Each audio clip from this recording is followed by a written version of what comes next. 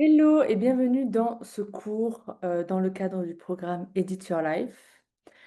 Alors c'est quelque chose dont je veux parler depuis très longtemps, c'est le lien entre la prière islamique et son pouvoir de guérison sur les traumas, les blessures émotionnelles. Alors c'est vrai qu'on ne voit pas la prière islamique comme une thérapie. Mais en fait, c'est une thérapie très forte. On ne la voit pas de cette manière-là parce qu'en fait, c'est une thérapie douce qui prend du temps. Et dans la société actuelle, on pense que ben, les traumas, ils doivent sortir d'un coup et du jour au lendemain, en fait, notre vie, elle doit changer.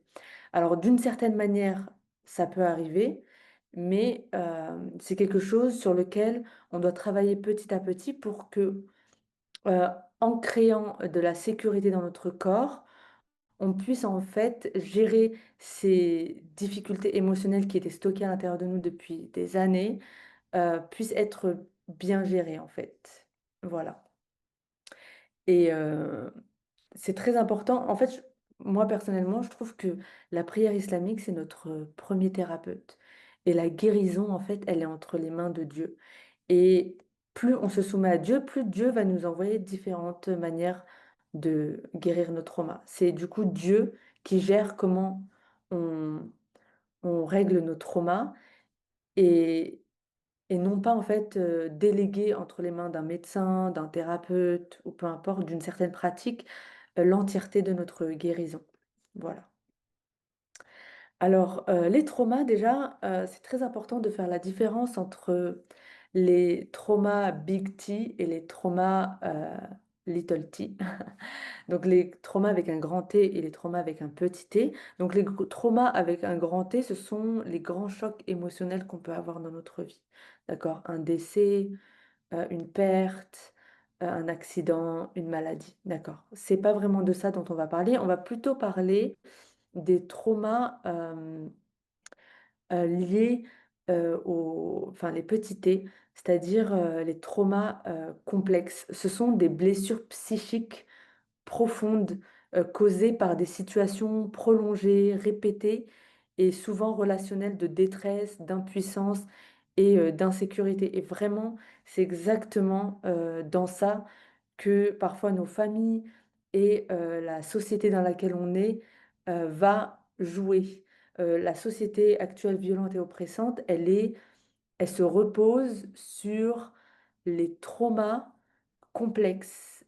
Constamment, elle nous retraumatise, hem, en nous mettant dans des situations, en ayant créé des institutions, hem, pour nous traumatiser constamment, que ce soit le fait de nous faire travailler toute la journée dans des bureaux, depuis en fait l'enfance, le fait d'être, plusieurs heures dans une classe, le fait d'avoir parfois des profs qui n'acceptent pas nos émotions en tant qu'enfant.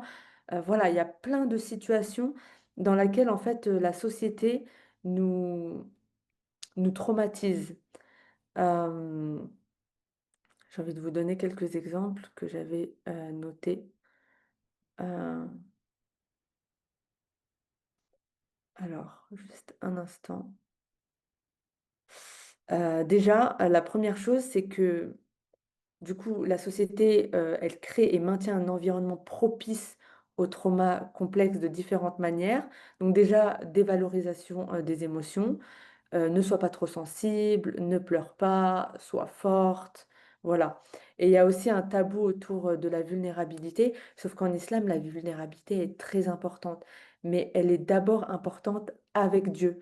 Plus tu seras vulnérable avec Dieu, plus tu vas apprendre à être vulnérable avec les autres. Parce qu'en fait, tu ne le verras plus comme une faiblesse, parce que tu seras faible devant Dieu, mais tu seras très fort devant les autres. Et du coup, on apprend à tout intérioriser et à ne pas parler. La société aussi, elle exige la performance avant la santé, donc que ce soit la pression scolaire, professionnelle, esthétique, la beauté, surtout en tant que femme. Voilà. Elle valorise aussi la réussite externe au détriment de l'authenticité. Donc, j'ai pas besoin de vous donner d'exemple. C'est le statut qui va primer avant toute autre chose, avant le fait de se sentir bien. À maintes reprises, moi, j'ai vu des personnes qui vont préférer en fait garder un certain salaire, un certain statut, plutôt que d'aller vers leurs rêves parce que ben, ils peuvent pas à cause de la famille, de l'entourage et de la société. La société violente et oppressante également produit des normes oppressives, donc que ce soit pour les femmes, devoir plaire, devoir se taire, devoir se sacrifier pour les autres, alors qu'en islam, tu plais tu te sacrifies que pour Dieu et tu ne te tais pas devant Dieu. En fait, tu es encouragé à faire des doigts, à faire des supplications constamment pour en fait, développer le chakra de la gorge. En fait, votre manière de vivre votre vie va dépendre de comment vous vivez votre vie avec Dieu, surtout en tant que femme, parce que nous, on a encore plus un lien direct avec Dieu. Voilà. Pour les enfants aussi, on les force à obéir, à suivre les règles, à ne pas parler, à être sage. Voilà, donc il y a plein de manières pour la société de de nous conditionner et de nous traumatiser constamment. Et du coup, le trauma complexe, déjà, il est cumulatif, donc c'est dans notre quotidien. Juste le fait de devoir se lever pour un patron, donc pour une autorité extérieure, c'est un traumatisme pour notre corps. Notre corps, à l'intérieur, à l'origine, avec notre âme, ils sont configurés pour ne suivre qu'une seule autorité qui est Dieu. Et donc constamment utiliser la force de notre corps pour une autorité extérieure, ça lui fait du mal. Donc voilà, le trauma complexe est cumulatif, donc le quotidien, depuis l'enfance, le fait qu'on ait des parents qui nous disent qu'on n'est pas assez bien ou qui nous reflètent ça, voilà. Le trauma complexe, il est difficile à identifier parce qu'en fait, il nous semble normal. Et c'est pour ça qu'en fait, la prière, c'est quelque chose de doux parce qu'en fait, c'est Dieu qui a entre ses mains notre guérison d'une certaine manière. Et en fait, juste en pratiquant la prière islamique, eh bien, on va laisser Dieu faire sortir en nous ce qui a besoin d'être sorti au moment T pour continuer à avancer sur notre chemin. Et on n'est pas là à choisir, ben, non, moi je veux guérir de ça, je veux guérir de ça, je veux guérir de ça. Mais en général, on le sent quand même. Le trauma complexe, il est profondément intériorisé, il est dans nos tissus et on n'en a pas forcément conscience. Voilà. Parfois, enfin, il ne faut pas sous-estimer notre capacité à accepter l'inconfort. Ça, c'est un truc, vraiment une réalisation depuis que j'ai commencé le yoga, à quel point en fait le corps, il va accepter les situations difficiles et il va les normaliser. Voilà, je souffre en allant au travail, mais c'est la vie. Voilà. Je fais des crises de panique avant d'aller au travail, mais c'est la vie. Voilà. Donc, l'islam se base sur le corps, le mental et le cœur et les émotions. Donc clairement, l'islam, c'est une religion et une spiritualité qui te pousse à aller vers le corps, la, la prière, le jeûne, le hajj. Ces trois éléments-là, ces trois pratiques font bouger ton corps dans la direction de Dieu. Et surtout, quand le prophète Yacoub, je crois, a perdu la vue à la suite de la mort de son fils, on voit à quel point en fait l'état émotionnel a un impact sur notre corps. Euh, L'islam aussi nous dit de réfléchir. euh, and think, tout le temps, nous dit de penser, de réfléchir ou de lire également, donc l'importance du mental et du cerveau préfrontal. Donc en fait, il nous montre à quel point il va falloir passer du cerveau reptilien, qui n'est pas de notre responsabilité d'une certaine manière, les traumas qui nous arrivent, l'extérieur, ce n'est pas vraiment de notre responsabilité. Par contre, il nous montre à quel point c'est de notre responsabilité de réfléchir et d'utiliser cette partie-là du cerveau pour dire, OK, il m'arrive ça, j'ai envie d'agir de cette manière-là, voilà, c'est un automatisme, mais je ne suis pas obligée d'agir en fonction de cet automatisme-là et je peux penser et agir de notre manière. Voilà.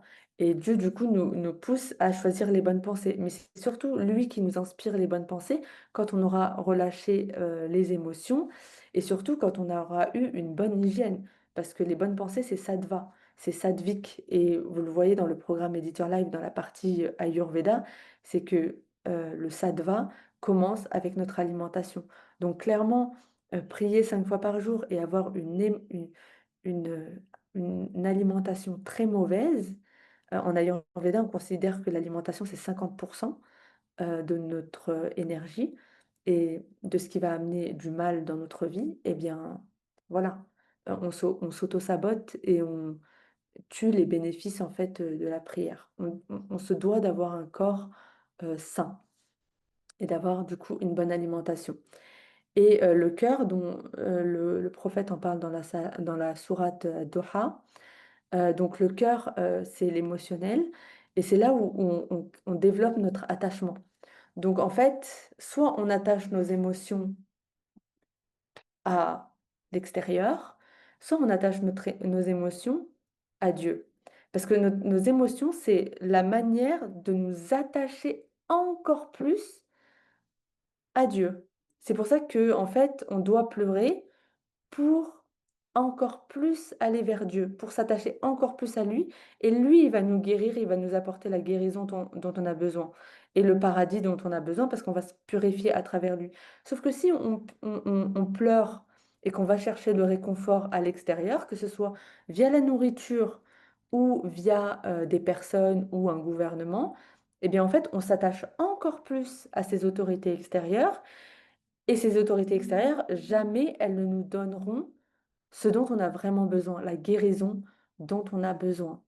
Voilà, ils ne peuvent pas faire ce que Dieu peut faire. Donc vraiment, apprenez à attacher vos émotions direct quand vous ressentez une émotion qui arrive.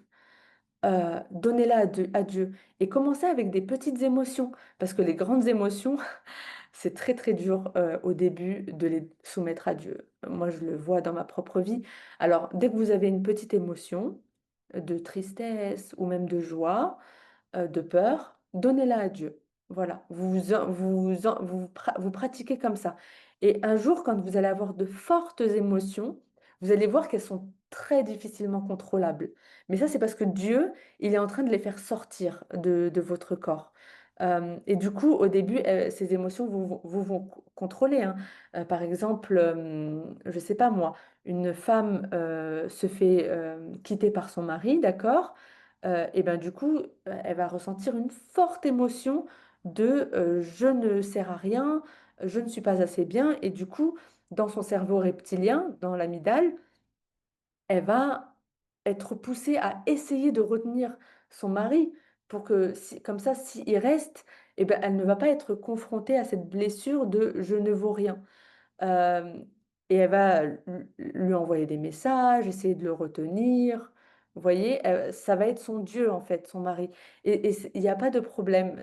C'est normal qu'au début, cette grande émotion, nous prenne en esclave, d'accord? Mais petit à petit, on monte sur le cheval, on tient les rênes et on dirige en fait cette émotion. OK, mon mari m'a quitté, ben en fait, je vais rediriger ça vers Dieu et en fait accepter ce vide. Et Dieu, peut-être qu'il va nous envoyer de nouvelles idées. Ah, ben en fait, tu pourrais faire du sport, tu pourrais créer un business, tu pourrais en fait désormais aller vers une relation encore plus épanouissante parce que tu t'es oublié sur ça, ça, ça, et qu'en fait, cette relation t'a amené tant de choses mais que désormais tu dois aller vers d'autres choses. Mais ça, tu peux l'accepter qu'à partir du moment où tu réorientes tes émotions vers Dieu.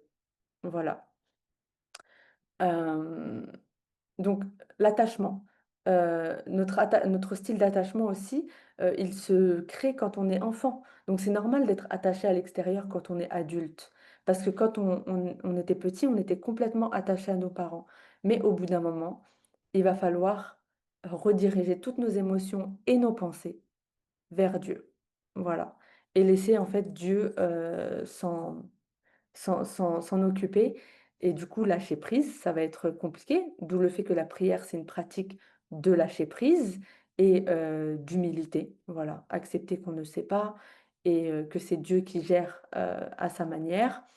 Hem, voilà. Et surtout, Dieu ne nous tient pas responsables de ce qui s'est passé, dans notre enfance. Mais du coup, on est responsable de ce qui se passe en tant qu'adulte. Le cœur aussi, les émotions, surtout l'écoute du Coran va nous permettre de changer de perspective sur ce qui nous arrive. Du coup, peu importe ce qui arrive à l'extérieur, on va avoir une guidance, et on va comprendre en fait que ce qui nous arrive, c'est pour notre bien, au final. Mais ça peut prendre plus ou moins de temps en fonction, de ce qui se passe. Et plus on va s'attacher à Dieu, plus on va suivre notre cœur et plus en fait, notre histoire va faire sens et nos difficultés vont faire sens dans notre vie. Si on reste dans le système, nos difficultés ne font pas sens.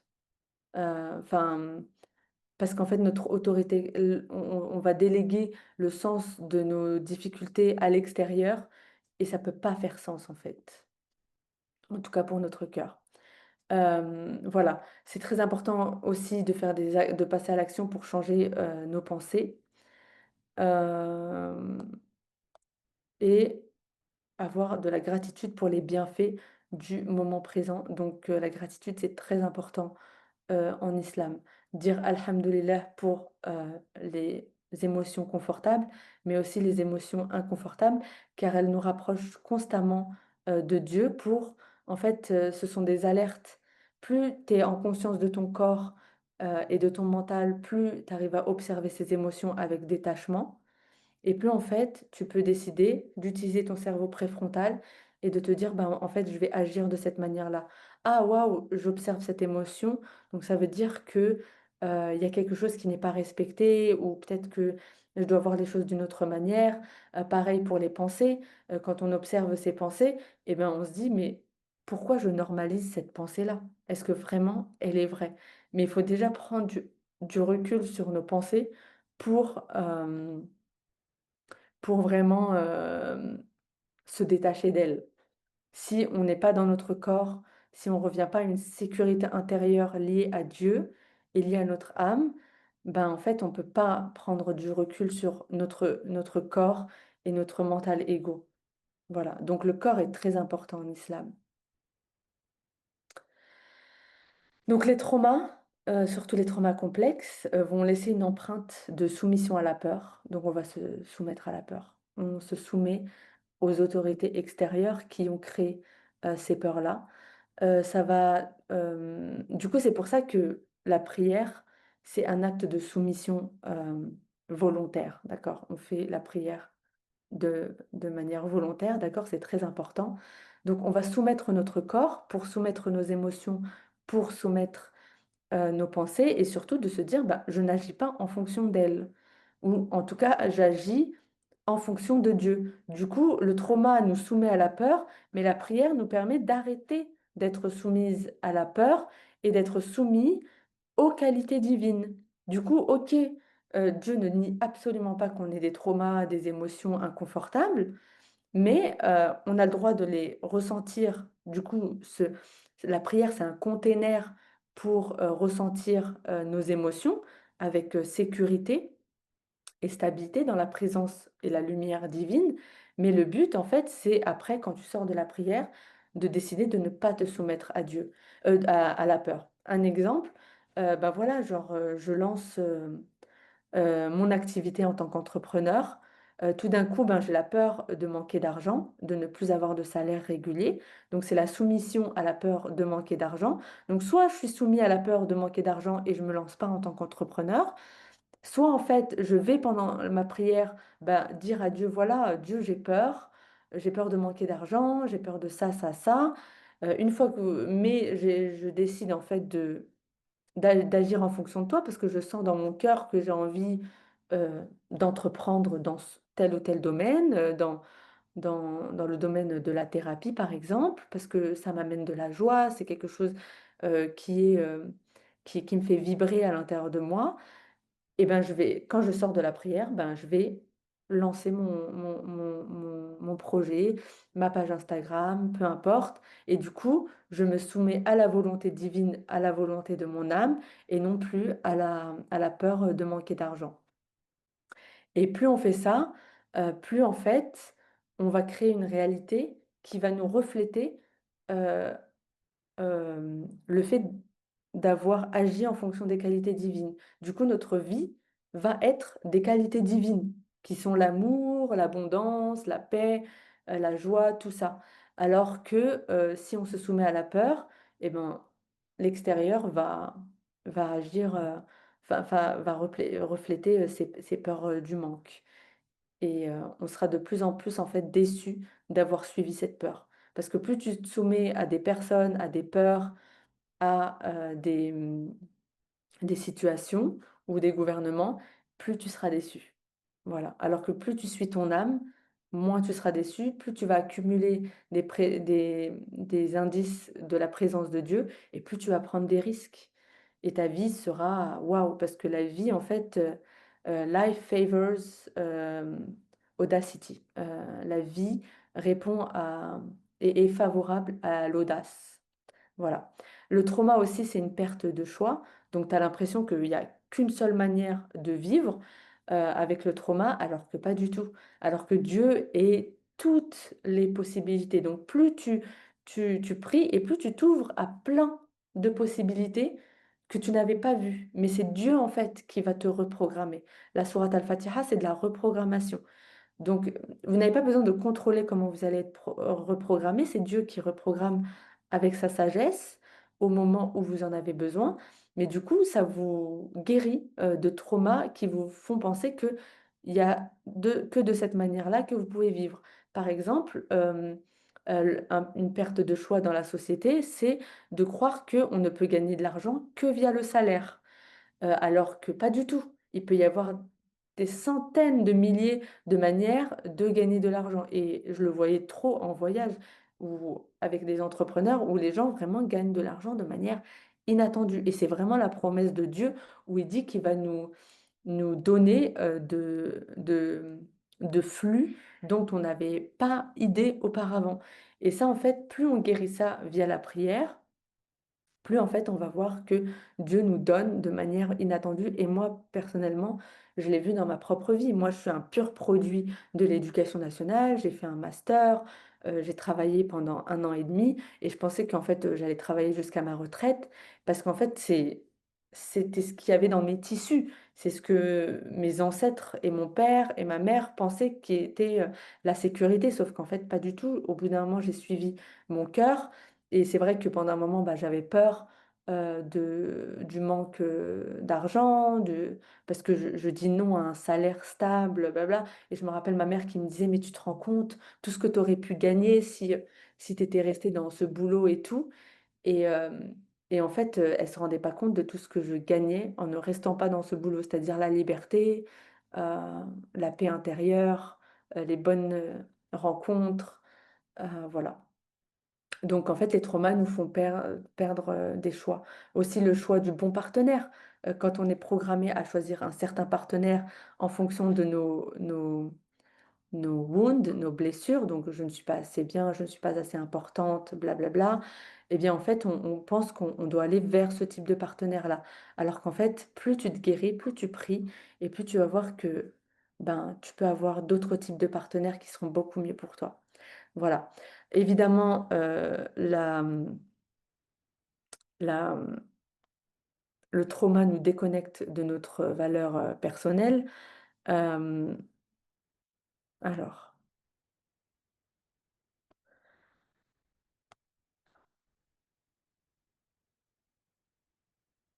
en fait, plus on cherche la validation extérieure, moins les gens ne nous donneront, ou, ou le système, en fait, ne nous donnera. En fait, il n'y a personne qui va pouvoir nous dire qu'on est assez bien et qu'on mérite. Encore moins dans la société violente et oppressante dans laquelle on est. Et parfois, on a eu des parents qui ne nous ont pas donné, en fait, cette valeur personnelle-là. Ça peut arriver.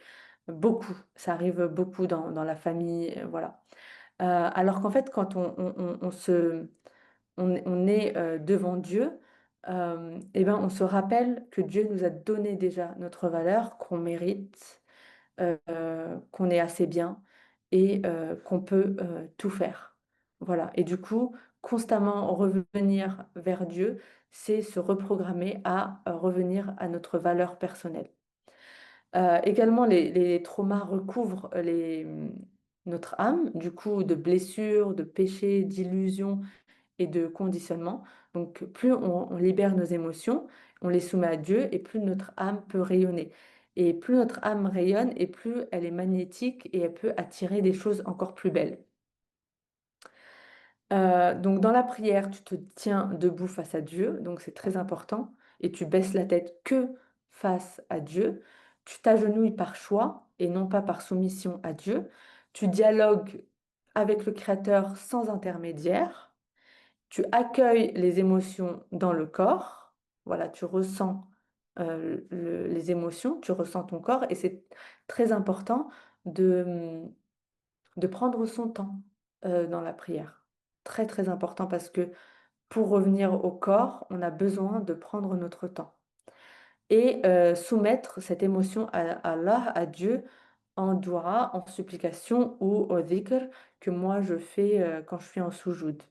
Voilà, en fonction de ce dont j'ai besoin. Donc, qu'est-ce que les traumas vont activer et qu'est-ce que la prière va amener? Donc, les traumas vont nous hyper activer. Donc, le système nerveux, il est trop rapide et ça nous pousse à faire certaines choses ou pas, à être complètement en freeze, en gel, donc procrastination par exemple. Et la prière nous permet d'apaiser le système nerveux et d'entrer dans le rythme divin et de faire les choses doucement et d'accepter en fait l'inconfort que c'est parfois de faire des choses qui sont nouvelles. Par exemple, si vous voulez lancer votre, votre page Instagram sur un certain sujet que vous aimez, eh bien en fait, vous allez plus être, enfin, vous allez plus accepter l'inconfort de lancer votre page Instagram. C'est inconfortable dans votre corps, mais vous pouvez le faire. Vous êtes apaisé, vous êtes calme. Pareil pour le fait que le trauma va fragmenter votre être, alors que la prière va vous regrouper à l'intérieur de vous. Donc vous allez intégrer votre corps, l'esprit et l'âme. Du coup, l'esprit, le ruh, Dieu qui vous envoie sa lumière et du coup qui fait rayonner encore plus votre âme. Et vous êtes moins fragmenté, c'est-à-dire que vous allez moins agir que par rapport à un trauma. Alors que, en fait, le but, ce n'est pas d'invalider le trauma est arrivé, d'accord? C'est surtout, en fait, ben, même s'il est là, il est à l'intérieur de moi, mais je peux l'utiliser pour créer de belles choses. Le trauma également, ça va vous dissocier. Le, le trauma va nous dissocier de notre corps parce qu'en fait, parfois, le choc extérieur où on a tellement reçu en fait de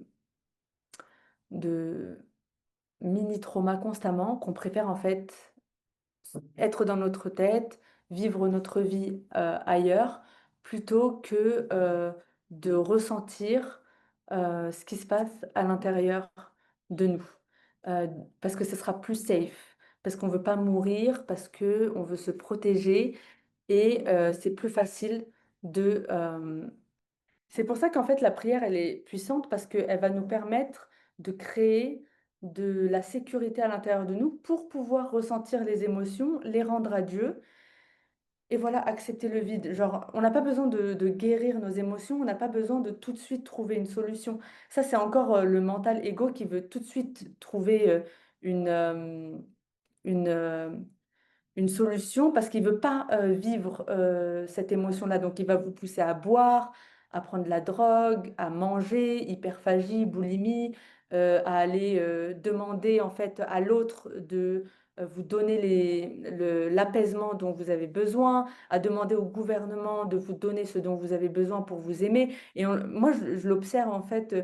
beaucoup dans les gens, dans les activistes antiracistes, enfin, qui sont là à quémander l'amour des Blancs.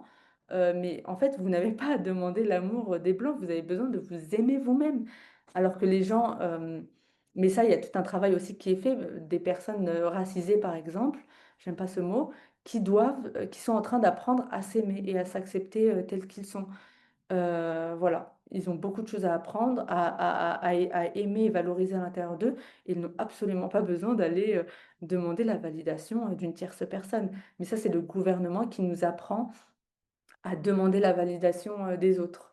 Alors que si on avait notre propre validation, on n'a pas besoin de quelqu'un d'autre euh, qui nous aime, quoi. Si cette personne veut ne pas nous aimer, ben, c'est son problème à elle et c'est totalement OK, quoi, d'une certaine manière. Donc voilà, c'est pour ça que la prière crée euh, de la sécurité pour qu'on puisse ressentir et agir en fonction du moment présent et de comment on a envie de se montrer dans notre vie, à la lumière du regard de Dieu. Je vais vous partager un exemple. Donc, par exemple, on va parler de cette femme qui a été divorcée par son mari, donc quittée par son mari. Voilà, elle se rend compte qu'elle a la blessure émotionnelle de je ne mérite pas, voilà, je ne suis pas assez importante, ce genre de choses. Donc, elle va le rendre à Dieu au lieu d'aller crier sur son mari pour qu'il revienne ou lui faire du mal ou se faire du mal à elle-même également. Et elle va du coup devoir accepter de vivre avec cette émotion-là et cette sensation-là et constamment la rendre à Dieu et demander à Dieu de la soulager et de lui permettre de se voir à travers sa lumière à lui, à travers ses yeux d'une certaine manière à lui, à quel point elle est importante et se dire, OK, ben, euh, il, euh, il m'a quitté et comment en fait je vais me respecter moi-même et comment une personne qui se respecte et qui s'aime comme Dieu l'aime et comme Dieu la respecte avec honneur et dignité agirait. Et parfois c'est inconfortable. Agir avec de l'amour pour soi-même, c'est inconfortable pour le corps parce que on n'a pas appris à se voir comme quelqu'un qui mérite de l'amour et du respect. On a certains automatismes qui sont basés sur le non-amour de soi. Et c'est inconfortable de ne pas agir en fonction de ces automatismes-là. Voilà, donc c'est ça dont je vous parlais. Et on va devoir, du coup, quand on revient dans le corps, eh ben, on se dit, OK, ben, là, en ce moment, j'ai ça, ça, ça dans ma vie qui va bien. Eh ben, je vais agir de cette manière-là, me focus sur ça en ce moment, en attendant que ce vide soit rempli par Dieu d'une nouvelle manière. Les traumas aussi, ça isole. En fait, comme Gabor Maté le dit, euh, le problème, c'est pas le trauma, l'événement extérieur, c'est comment on le ressent dans notre corps et qui a été autour de nous au moment où le trauma est arrivé. Donc voilà, par exemple, il y a plein d'enfants qui peuvent vivre certaines choses difficiles et en fait, ils ont été abandonnés par leurs parents. Moi, il m'est arrivé pendant 2 ans, je crois à peu près, un ou 2 ans, j'ai été bully à l'école. Et ben, je me rappelle quand j'en ai parlé à mon père, et ben, il m'a dit, enfin, il m'a shamé. En gros, il m'a fait ressentir de la honte sur pourquoi en fait je me défendais pas. Voilà. Donc, ça a été encore pire. Du coup, ça a été encore plus de la honte envers moi-même et le fait que je ne sois pas normale, quoi. Voilà. Donc, les traumas, ça isole alors que la prière te relie à Dieu, ça te rattache à Dieu encore plus, à la communauté croyante musulmane et à la guidance de Dieu. Du coup, tu te sens beaucoup moins seul. Et moi, je l'ai vu plein de fois, c'est que quand je remets mes émotions à Dieu, je me rends compte que 2, 3 jours plus tard, il m'envoie de nouvelles idées, de nouvelles manières de me sentir, de me dire, oh, c'est tout simple, par exemple, il va m'inspirer le fait que, ah bon, bah Amel, va te manger une glace, quoi. Voilà, c'est comme si en fait, il m'accompagnait constamment. Et du coup, je suis beaucoup moins isolée. Ou il m'amène les bonnes personnes pour me faire traverser certaines choses avec beaucoup plus de facilité. Un exemple, quand j'avais eu une rupture amoureuse, Et ben, j'étais en voyage, et ben, du coup, il y avait des personnes autour de moi qui m'ont reflété encore plus de l'amour pour moi-même, qui m'ont vu avec des yeux tellement doux et tellement remplis d'amour qu'en fait, même malgré cette rupture amoureuse, ben, je me disais, ben, ça va, c'est OK, quoi. Je ne suis pas submergée, je peux ressentir cette partie de moi qui est déçue, frustrée, mais je suis aimée, quoi. Il y a des gens dans ma vie qui m'aiment, voilà. Et le trauma, ça va amener de la honte, de la peur et de l'impuissance. On le voit, hein, l'impuissance apprise, c'est ce qu'on voit avec le génocide à Gaza, nous montrer, nous conditionner tous dans le collectif au fait que bah, on ne peut rien faire. Voilà, on ne peut pas arrêter les bombes. Et du coup, ça nous apprend d'un point de vue inconscient qu'on ne peut rien faire. Et s'ils nous apprennent d'un point de vue inconscient qu'on ne peut rien faire, donc ça veut dire que aussi dans notre propre chemin de vie individuel, on ne peut rien faire pour avancer vers notre propre vie, vers ce que notre âme veut. Alors que la prière, ça nous ramène notre dignité, c'est-à-dire qu'on ne se soumet que à Dieu, à notre souveraineté, qu'on a en fait des ressources à l'intérieur de nous, qu'on est fort, qu'on a des talents, et à la fois active, le fait qu'on puisse faire des choses. C'est-à-dire que même si en fait la situation elle est de cette manière-là, je peux quand même faire des choses pour aller vers le paradis vers lequel Dieu veut m'amener. Et du coup, vers la société idéale que j'aimerais construire. Voilà, et ne pas accepter ce qui se passe à l'extérieur. Absolument pas. Je reviens à l'intérieur de moi. Et même si à l'extérieur, c'est la catastrophe, guerre, génocide et tout, et bien moi, de chez moi, je peux faire des choses pour améliorer le monde et la société. Alors les traumas, quand on a vécu un trauma, la conscience va être dispersée, donc on va constamment avoir des pensées en boucle. Donc c'est pour ça que le dhikr, l'istighfar, le fait enfin Dieu nous invite à constamment le mentionner pour en fait couper ces boucles et arrêter de ressasser et nous refocus sur ce qu'il faut. Parce que plus on ressent nos émotions, on dirige nos émotions vers le paradis qu'on veut avoir.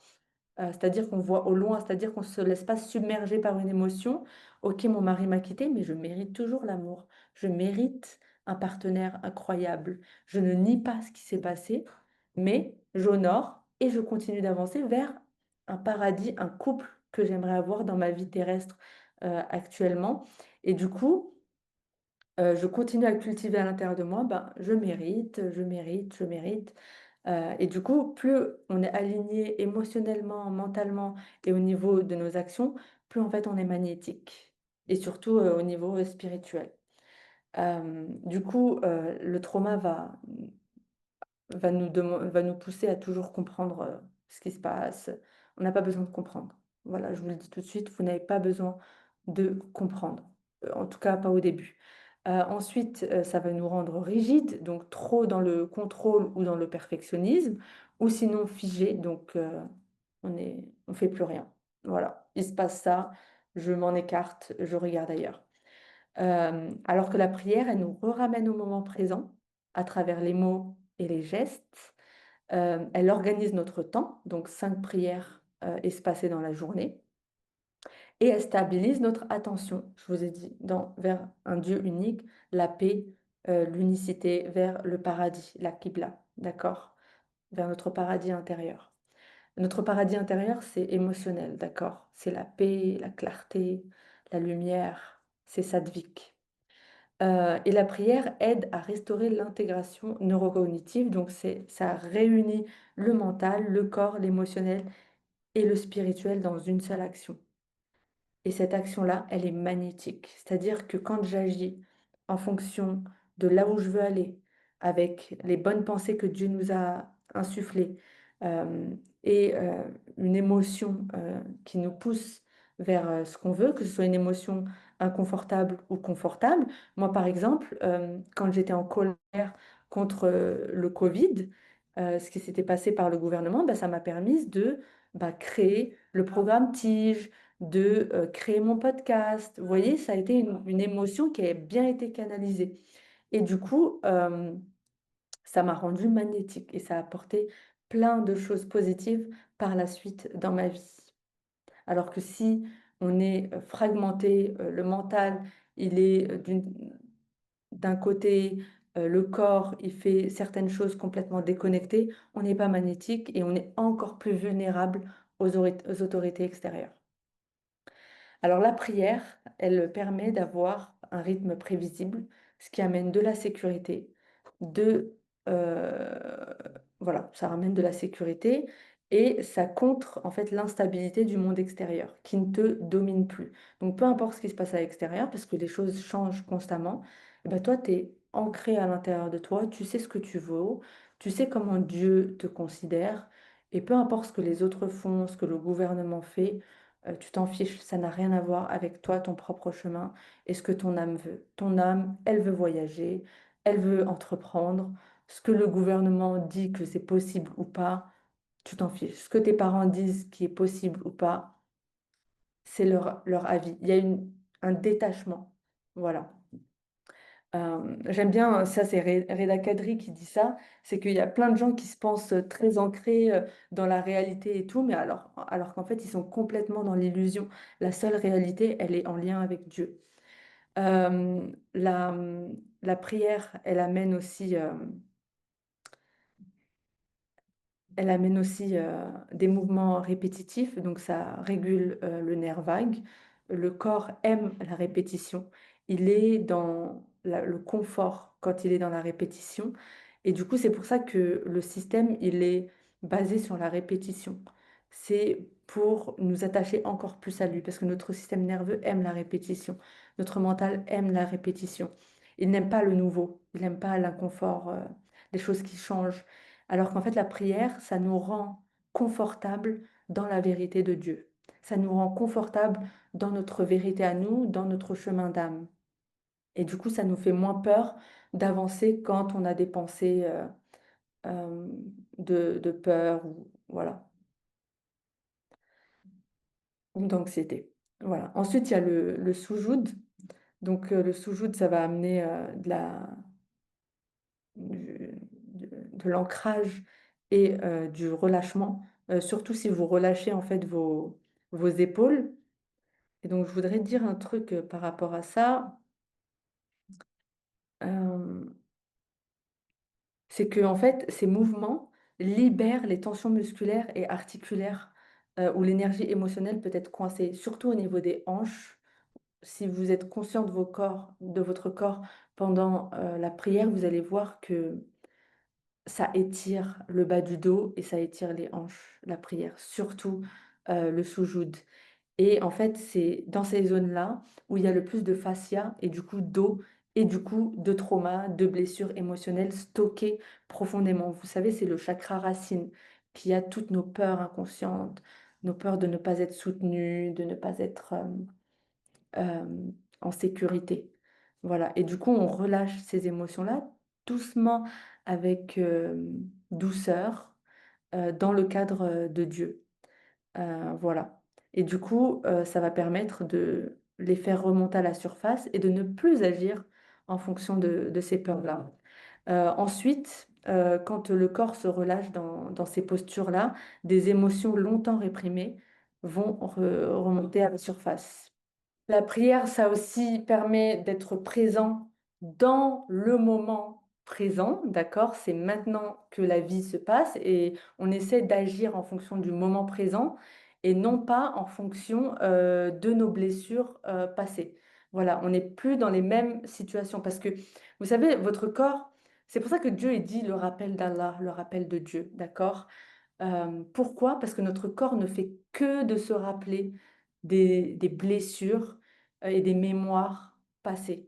Il n'agit pas en fonction du moment présent, il agit en fonction du passé. Et du coup, au bout d'un moment, il faut décider, la décision, hein, de ne pas agir en fonction de ses mémoires, mais d'agir en fonction du rappel de Dieu et de ses qualités divines. C'est-à-dire d'ouvrir ses possibilités, comme je vous disais, d'avoir plus de choix parce que le trauma nous fait perdre du choix. Donc ça nous recentre sur nous-mêmes, la concentration sur Dieu et sa promesse aussi de nous amener vers le paradis. Du coup, peu importe les émotions qu'on vit, quand on les vit dans le cadre divin, eh bien, en fait, on sait que cette purification va amener le paradis derrière. Voilà, on sait que euh, on va pas vers l'enfer, on va pas vers la douleur, vers la mort en ressentant nos émotions, parce que Dieu, il va s'en occuper. C'est sa promesse. Également, la prière va modifier le cortex préfrontal. Pourquoi? Parce que plus tu apprends à te concentrer, donc il faut vraiment prendre l'habitude de regarder un point fixe et de ne pas regarder partout, d'accord? De regarder un point fixe. Pourquoi? Parce que quand les émotions vont remonter, vous allez quand même avoir cette structure pour vous dire, OK, laisse l'émotion remonter, mais peu importe ce que tu vis, on va vers le paradis, d'accord? On va vers la Qibla, on va vers ce que tu veux. Par exemple, tu veux un job, tu veux avoir un certain boulot, eh bien en fait, tu es là. Je vais parler de mon exemple personnel. Par exemple, quand j'ai quitté le marketing digital, au Sri Lanka, ben, je pensais que j'allais avoir un boulot stable en France. J'ai passé quasiment 30 entretiens et il n'y en a aucun qui m'a prise. Sauf qu'en fait, moi, j'étais en train de répéter le schéma familial, c'est-à-dire, enfin, c'est un mini trauma, quoi. C'est-à-dire qu'en fait, je ne peux que envisager ma vie sous le spectre du salariat et d'un travail de bureau. Et en fait, Dieu, il voulait beaucoup plus pour moi. Mais c'était très difficile pour mon corps. Et du coup, j'étais focus sur moi, je veux ce travail-là, ce travail-là, ce travail-là. Et à force de soumettre mon ego via le yoga, ben, j'ai accepté de lâcher prise. J'ai pris une pause. Je suis allée un mois en Tunisie. Et là-bas, je me suis dit que en fait, j'allais voyager. C'est l'occasion pour moi de voyager. Et grâce à ce voyage, eh ben, j'ai créé mon boulot que Dieu voulait pour moi. Il voulait autre chose de bien plus grand et qui allait vraiment prendre l'entièreté de mon être, c'est-à-dire pas de travailler juste pour un salaire, mais en fait de travailler pour, en même temps pour gagner ma vie, pour pouvoir voyager, pour pouvoir créer, avoir du temps pour créer un podcast, des programmes, enseigner. Voilà, Dieu, il avait une vision encore plus grande pour moi, pour intégrer tout mon être et pas juste une partie de moi qui veut juste un salaire à la fin du mois et qui oublie constamment qu'il y a un talent pour l'enseignement, pour un intérêt pour la spiritualité, le bien-être, voilà. Dieu, il veut intégrer tout ton être et pas juste travailler en fonction de un trauma. Voilà. Du coup, un truc intéressant, c'est que la prière va intégrer, va soumettre l'ego de manière volontaire. C'est-à-dire que quand il va t'arriver quelque chose de difficile dans ta vie, eh bien, tu vas soumettre ton ego beaucoup plus facilement. Et du coup, ce sera beaucoup plus facile d'accepter les redirections, les rejets, les abandons que tu peux expérimenter dans ta vie. Du coup, l'ego va plus facilement s'incliner devant l'âme. Et tu vas ressentir à l'intérieur de toi, ok, c'est douloureux, c'est inconfortable ce qui se passe, mais je sens à l'intérieur de moi que c'est aligné avec mon âme et que je mérite mieux, même si je ne sais pas ce que je mérite. Et je suis moins là à me dire que je ne mérite pas. Voilà. Même si cette personne ou ce boulot ne veut pas de moi, je sais que je mérite. Je ne sais pas quoi, mais je mérite. Et encore plus grand. Euh, et surtout, quand on apprend via la pratique de la prière islamique à soumettre son ego, eh ben, on soumet aussi les barrières de l'ego vont tomber. Donc, l'ego va être beaucoup plus facilement là à se changer et à accepter de nouvelles histoires et à une nouvelle identité, autre chose à créer. Par exemple, je vais vous donner une image.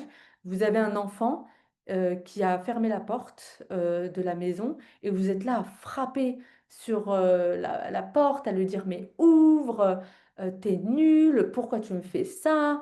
D'accord? Alors que si vous y allez avec douceur, avec compréhension, avec paix, avec calme, et ben l'enfant il sera beaucoup plus apte à ouvrir la porte et à lui dire que vous avez un cadeau. D'accord? Plutôt que de lui crier dessus et de le forcer à faire certaines choses.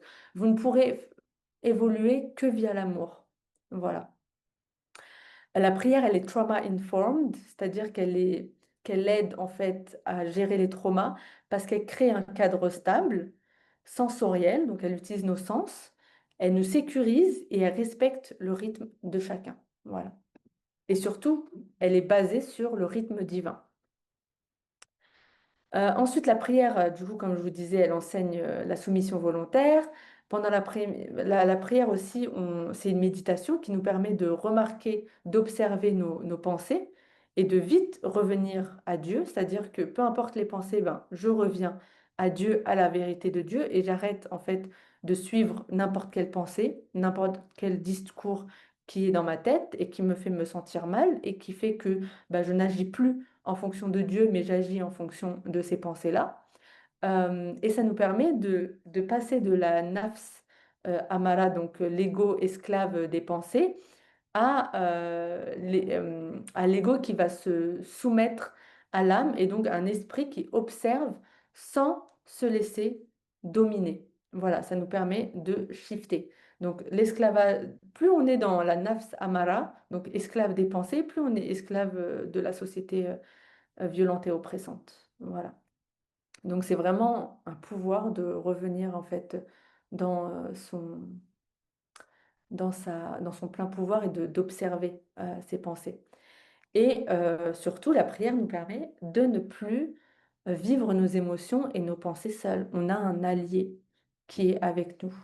Et cet allié-là qui est Allah, qui est Dieu, vous allez voir que vous allez vous dédoubler, vous allez créer une autorité intérieure, un observateur intérieur qui va, qui est en fait ici.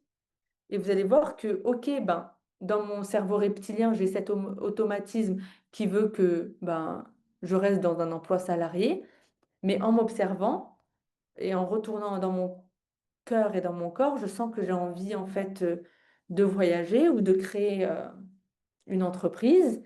Eh bien, en fait, j'observe ces pensées, mais je n'agis pas en fonction d'elles. Et j'ai Dieu qui est avec moi. Donc, en gros, plus tu pries et tu remets tes émotions et tes pensées à Dieu, plus tu crées une autorité intérieure et un observateur intérieur qui fait que tu vas pouvoir agir d'une autre manière. Et Dieu nous donne une guideline sur comment agir et il nous inspire sur quel est le next step. Donc ça nous attache à Dieu, la prière, ça détruit les autorités extérieures et ça nous détache en fait de l'extérieur, de tout ce qui se passe à l'extérieur. Les choses extérieures ne nous conditionnent plus. Un truc aussi important, c'est que, dont je voulais parler, c'est le lien entre l'Ayurveda et l'âme. Donc, la prière purifie tamas et canalise rajas. Et ça nous amène vers sattva. Donc, tamas, c'est l'inertie, la lourdeur, les choses sombres, l'ignorance de soi et du monde. Parce qu'il y a plein de gens qui ignorent le monde. Et nous-mêmes, on ignore le monde. On ne sait pas ce qui se passe. Moi, là, actuellement, je ne sais pas ce qui se passe pour les agriculteurs au Pérou. D'accord? Je ne connais rien. Donc, ça correspond à l'ego le plus bas, quoi. Donc, c'est la paresse, le découragement et l'addiction. Et Tamas a un lien, Tamas, Sattva et Rajas ont un lien avec notre alimentation, comme j'en parlais. Et donc, ça, vous pouvez le voir dans le programme Edit Your Life, dans la partie Ayurveda. Donc, Raja, c'est tout ce qui est un lien avec l'âme qui lutte, qui est agitée, qui est quand même en quête de mieux. Et Sattva, c'est la clarté, c'est le fait d'agir d'un espace de lumière, de sérénité et d'alignement. Voilà. Alors, le dhikr que vous pouvez utiliser pendant la prière, ça calme l'esprit, ça rythme le rythme cardiaque et la respiration. Donc, ça nous permet de nous reconnecter à un sentiment de sécurité spirituelle, de co-réguler notre système nerveux avec le divin et non plus avec d'autres choses. Parce que, comme je vous le disais, le système, nos parents et tout, on fait qu'on se co-régule en fonction d'eux. Mais nous, en tant qu'adultes, désormais, on doit co-réguler avec le divin. Et c'est compliqué parce que le divin n'est pas tangible. C'est pas quelqu'un qu'on voit. Vous voyez ce que je veux dire? Et ça, c'est très difficile pour le corps. Mais c'est une pratique. C'est pour ça qu'il y a plusieurs prières dans la journée. Et plus vous allez aller vers votre chemin et plus vous allez créer des évidences, des preuves du divin autour de vous, que vous pouvez observer déjà avec la nature. Et ça va nous permettre de libérer des émotions sans avoir à les expliquer. Parce que le problème, c'est quand on amène le mental et on essaie de nous sortir de ces émotions-là. Et les pensées qui sont distorted, donc qui sont incohérentes, qui n'ont rien à voir avec la réalité, parce qu'on en a plein. Moi, j'ai pu l'observer en voyage, hein, quand les gens me parlent et quand ils me montrent, quand ils me parlent, j'observe en fait la manière dont ils voient le monde et je me dis, mais ça n'a rien à voir avec la manière dont moi je vois le monde. Et du coup, ben, ça me permet de voir à quel point moi-même je peux être victime de mes propres pensées. Et quand on a des pensées qui sont liées à Tamas, bah, ce sont des pensées qui viennent de l'ignorance, de la lourdeur, du sombre. Donc ce ne sont pas des pensées lumineuses qui vont vous faire avancer et qui vont vous rapprocher de Dieu. Parce que le but, quand on soumet ses émotions et ses pensées, c'est de se rapprocher du divin et de ses qualités, c'est-à-dire d'avoir des pensées qui sont le plus en cohérence avec le divin. Donc plus tu rends ton système nerveux lié au divin, plus tu attache ton système nerveux à Dieu, plus tes pensées qui vivent dans ton système nerveux et tes émotions vont être liées au divin et ce sera beaucoup plus enjoyable, beaucoup plus sympathique de vivre à l'intérieur de toi. Et du coup, le Coran, Dieu nous dit qu'il nous a aidés par le passé et qu'il va nous ramener vers la victoire future.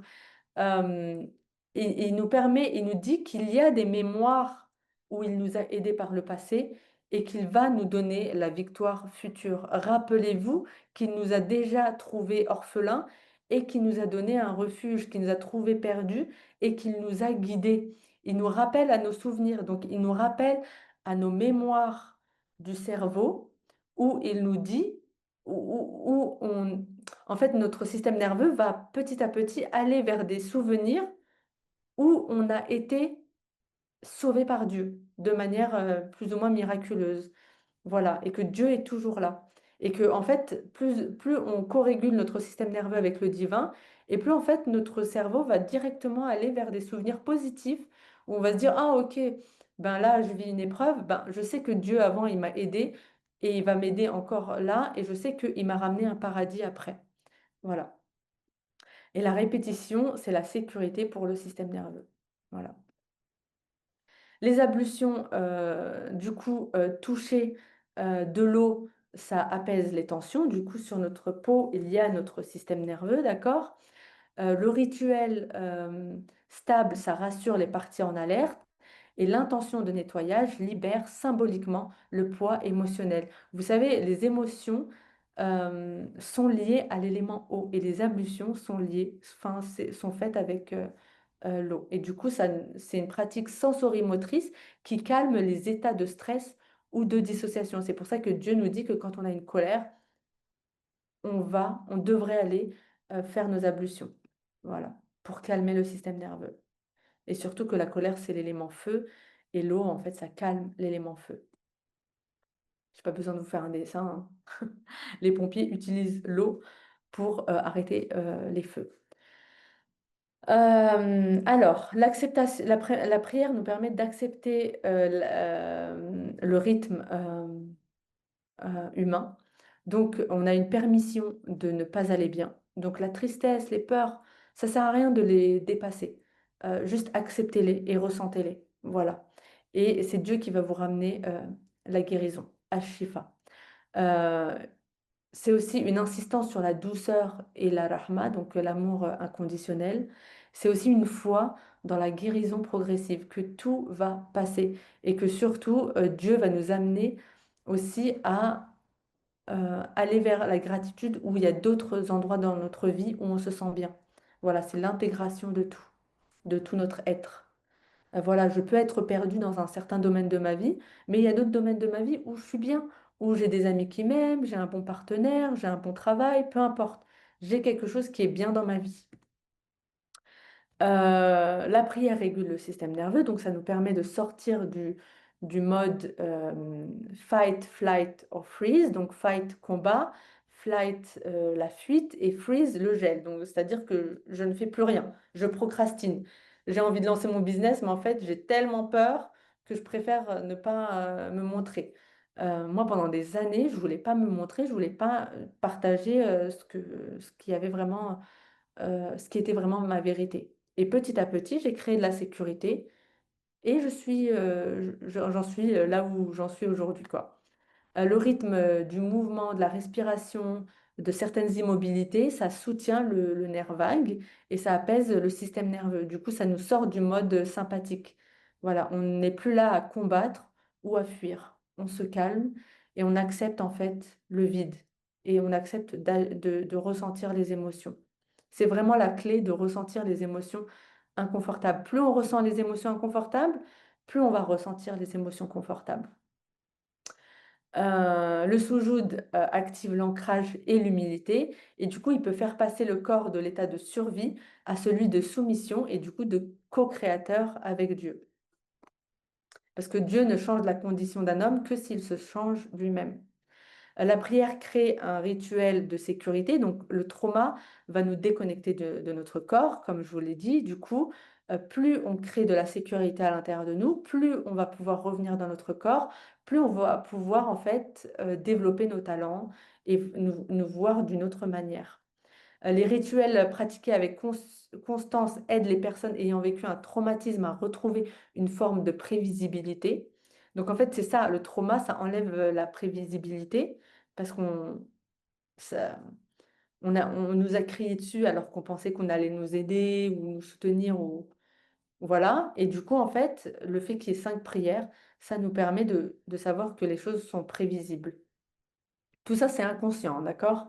Et plus il y a une sécurité intérieure, et plus en fait, par exemple, moi, je voyage de plus en plus dans des pays qui sont plus ou moins difficiles parce que j'ai créé la sécurité intérieure que voilà, j'ai les capacités à l'intérieur de moi, j'ai le calme intérieur pour gérer un encore plus haut niveau d'instabilité extérieure. Voilà. Les 5 prières quotidiennes créent un rythme, une orientation temporelle et une pause incarnée. Voilà. Plus, en fait, avec la prière, on crée des pauses, moins on va être à même à agir en fonction de nos automatismes, de nos mémoires qui amènent de la souffrance, pour ne plus remettre cette souffrance dans notre futur. Du coup, la prière, elle ancre les pieds au sol. Le takbir, Allahu Akbar, ça brise le poids du faux moi blessé. Vous savez, quand on fait ça, moi j'ai vraiment l'impression que c'est le fait de soumettre nos pensées à Dieu. On arrête le mental et on revient au corps pour ressentir les émotions, pour ressentir là où notre âme veut nous amener. On engage le corps en entier. Du coup, ça nous fait comprendre que, ben, en fait, pour avancer vers notre âme, on doit engager tout notre corps. Du coup, la sécurité intérieure est très importante. On s'oriente aussi vers une direction fixe, donc on sait vers où on va, d'accord? Donc ça permet d'amener de la prévisibilité. Peu importe ce qui va se passer, les obstacles, les événements inattendus, eh bien, on sait vers où on va. Et on donne un rythme prévisible et rassurant à notre corps. Et du coup, notre corps peut se reposer dans un rituel sacré et contenu, dans un cadre. Et du coup, plus notre corps est reposé dans un cadre, et plus en fait, il peut s'expandre, il peut encore plus rayonner, il peut encore plus faire de choses. Donc, la prière ancre l'esprit dans le moment présent. Donc, la récitation consciente, l'inclinaison et l'immobilité interrompent les pensées en boucle, en particulier celles ancrées dans des souvenirs traumatiques dont on n'a pas conscience, d'accord? Euh, Lorsque la prière est effectuée avec présence, la prière offre une pleine conscience somatique. Donc, on revient dans le corps. Et comme je vous le disais, le trauma va nous faire agir en fonction du passé, en fonction du rappel des mémoires passées, alors que la prière va nous faire agir en fonction des qualités divines.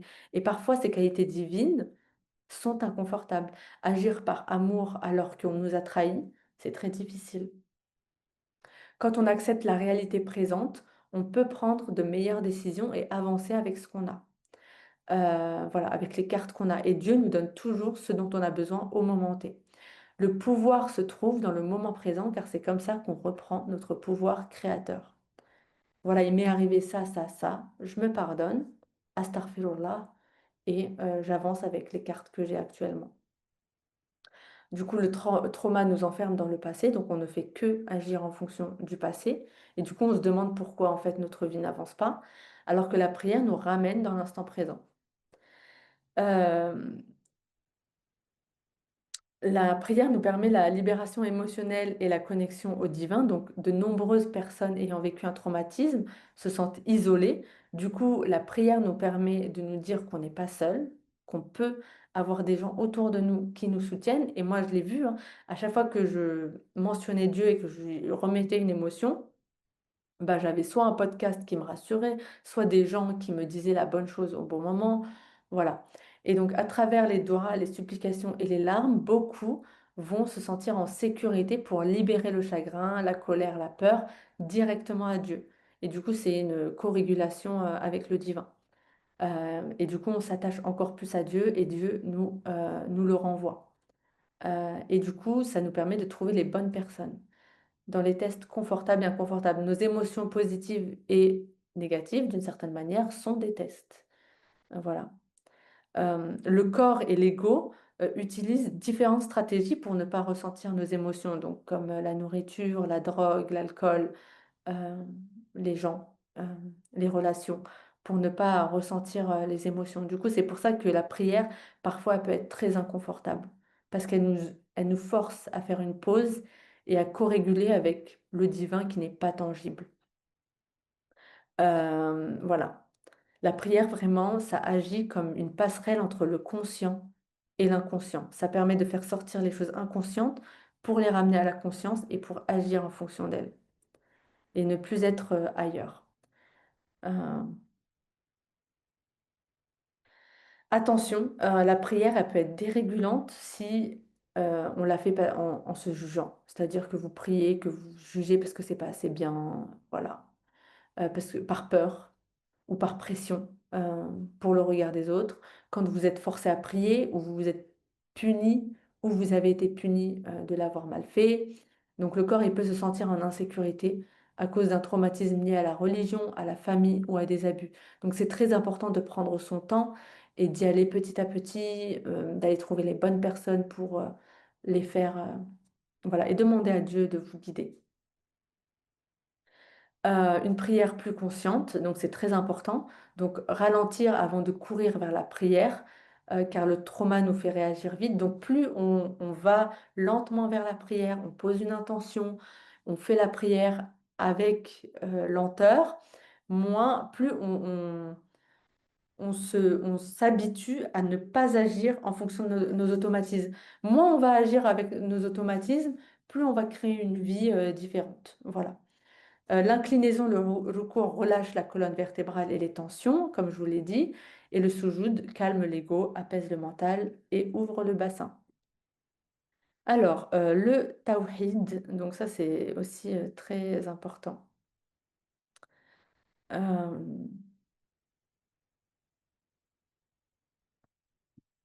donc le tawhid, ça permet une connexion verticale.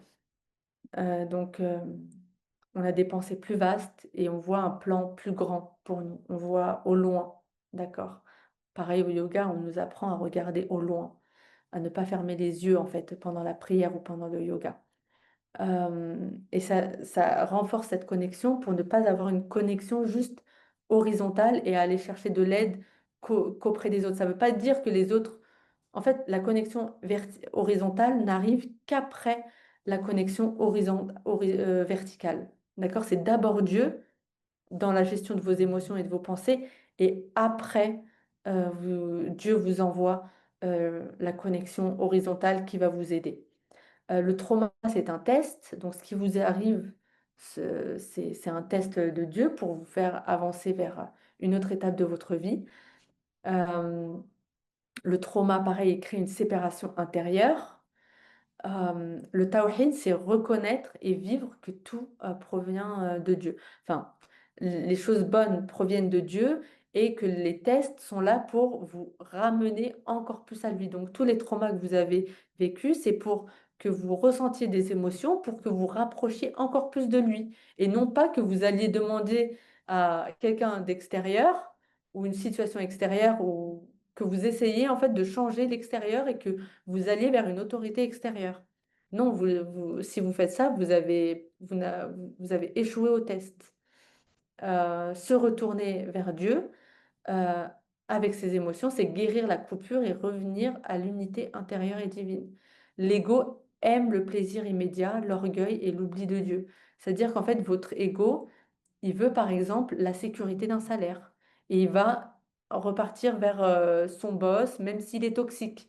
Alors que Dieu veut qu'il revienne à lui pour peut-être espérer avoir un encore mieux, encore meilleur boulot et encore meilleur salaire. Voilà. Donc on sera en fait testé. Le tawhid, c'est vraiment reconnaître que tout vient de Dieu, qu'il est unique, qu'il est proche, plus proche que notre veine jugulaire, et que rien n'arrive en dehors de sa sagesse.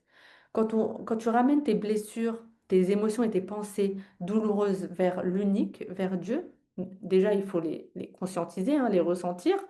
Une fois que tu les as ressentis, que tu les as conscientisés, tu peux les ramener vers lui. Tu quittes la fragmentation pour revenir à l'unité intérieure et ne pas créer juste à partir d'une partie blessée. Voilà. Donc en fait, tu intègres toutes les parties de toi. Guérir d'un trauma par le tawhid, c'est réunifier ton être en ramenant chaque émotion vers Dieu. Donc par exemple, quand tu ressens de la peur, eh ben, tu repars vers Al-Mu'min, qui est celui qui accorde la sécurité. Quand tu ressens de la honte, tu vas vers Al-Karim, le généreux qui honore. Quand tu as de la solitude, tu vas vers Al-Qarib, celui qui est proche. Voilà. Euh, Par exemple, si ton âme garde la peur, enfin si ton ego a la peur de l'abandon, donc tu risques d'attirer ou de rester dans des relations où tu es constamment abandonné. Mais si tu ressens cette peur, tu la soumets à Dieu et tu la traverses, eh bien en fait, personne ne peut t'abandonner parce que Dieu ne t'abandonne pas. Parce que tu as remis ton attachement à lui et tu sais que lui ne t'abandonne pas. Et du coup, ton énergie change et peu importe ce qui se passe à l'extérieur, Dieu va amener des choses qui vont faire que tu ne te sens pas abandonné. Voilà. Et du coup, ton énergie change, tu peux créer une réalité où, par exemple, tu attires des personnes qui t'aiment, qui sont présentes, parce que tu n'agis plus en fonction de la peur de l'abandon, mais tu agis à partir de l'envie de connecter, ce qui est deux choses différentes. Voilà. Donc, le trauma fait du mal au cœur et à l'ego, mais ils sont nécessaires pour le fait d'avancer. Euh, le trauma casse cette harmonie dans notre corps, en fait, il voile notre âme. L'âme a besoin d'un corps reposé, alors que le trauma fait du mal au corps, d'où le fait que le repos, c'est vraiment de la résistance au système actuel. Voilà. Le corps libère l'énergie stockée par le mouvement, la respiration et les larmes. L'ego libère ses croyances et blessures en ressentant, en comprenant et en se soumettant à Dieu.